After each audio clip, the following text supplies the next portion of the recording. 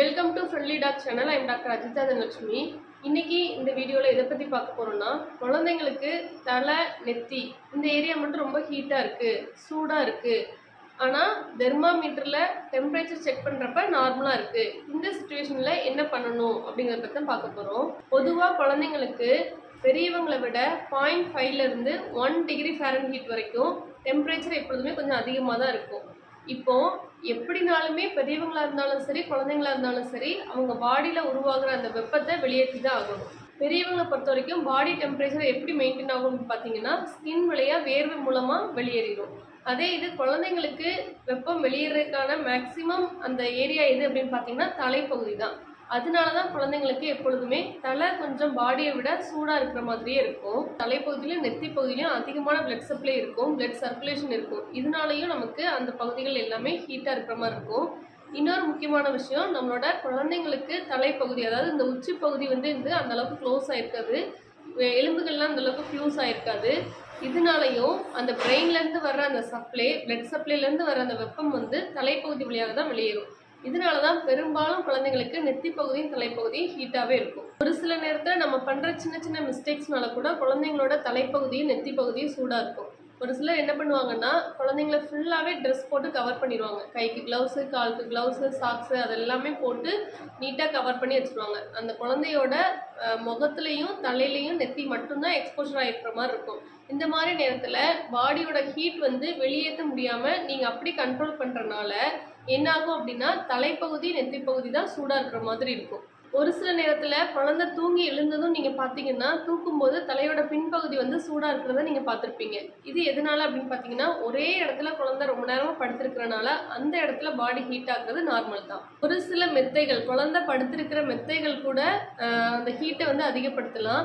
குழந்தை தூங்கி எழுந்ததும் பார்த்தீங்கன்னா, அந்த பெட்டும் அந்த குழந்தையோட ஸ்கின்னும் டச் ஆகிருக்கிற இடத்துல டெம்பரேச்சர் கொஞ்சம் அதிகமாக இருக்கிற மாதிரி இருக்கும். நம்ம தொட்டு பார்க்கும்போதே நமக்கே தெரியும்.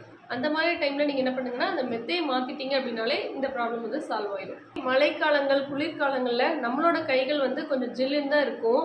அந்த சமயத்தில் நம்ம குழந்தைய தூக்கும்போது அவங்களோட ஸ்கின் ரொம்ப சூடாக இருக்கிற மாதிரி இருக்கும். இதுவும் நார்மல் தான். எப்போதுமே நம்ம தொட்டு பார்த்து அவங்களுக்கு டெம்பரேச்சர் அதிகமாக இருக்குது, சூடாக இருக்குது அப்படின்னு நம்ம கணிக்கக்கூடாது.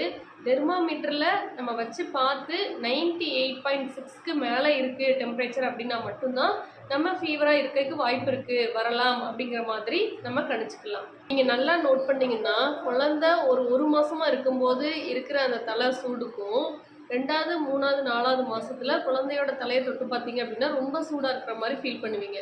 இது எதனால் அப்படின்னு பார்த்தீங்கன்னா, குழந்தையோட Basel metabolic rate first month இருக்கும்போது விட கம்பேர் பண்ணச்சில் 2nd, 3rd, 4th மந்த்தில் இன்க்ரீஸ் ஆகும். இன்னொரு முக்கியமான விஷயம் என்ன அப்படின்னு பார்த்தீங்கன்னா, குழந்தை எப்போல்லாம் ஆக்டிவாக இருக்காங்களோ அப்போல்லாம் ரொம்ப அதிகமாக சூடாக இருக்கிற மாதிரியே இருக்கும். குழந்தைங்க ரொம்ப பயங்கரமாக ஆக்டிவாக கையை காலை உதச்சி ரொம்ப இன்ட்ரெஸ்ட்டாக விளையாடிட்டு இருக்கிற டைமில் நீங்கள் பார்த்தீங்க, தொட்டு பார்த்தீங்க அப்படின்னா அவங்களோட தலைப்பகுதி, நெத்தி பகுதி ரொம்ப ஹீட்டாக இருக்கிற மாதிரி இருக்கும். நீங்கள் உடனே பயந்து போய் தெர்மாமீட்டரை வச்சு டெம்பரேச்சர் பார்ப்பீங்க, அப்போ நார்மலாக இருக்கும். காரணம் என்ன அப்படின்னு பார்த்தீங்கன்னா, first மந்த்தை compare பண்ணச்சில் 2nd, 3rd, 4th மந்த்தில் அவங்களோட ஆக்டிவிட்டியும் அதிகமாக இருக்கும். அதே சமயத்தில் அவங்களோட பேசல் மெட்டபாலிக் ரேட்டும் இன்க்ரீஸ் ஆகும்.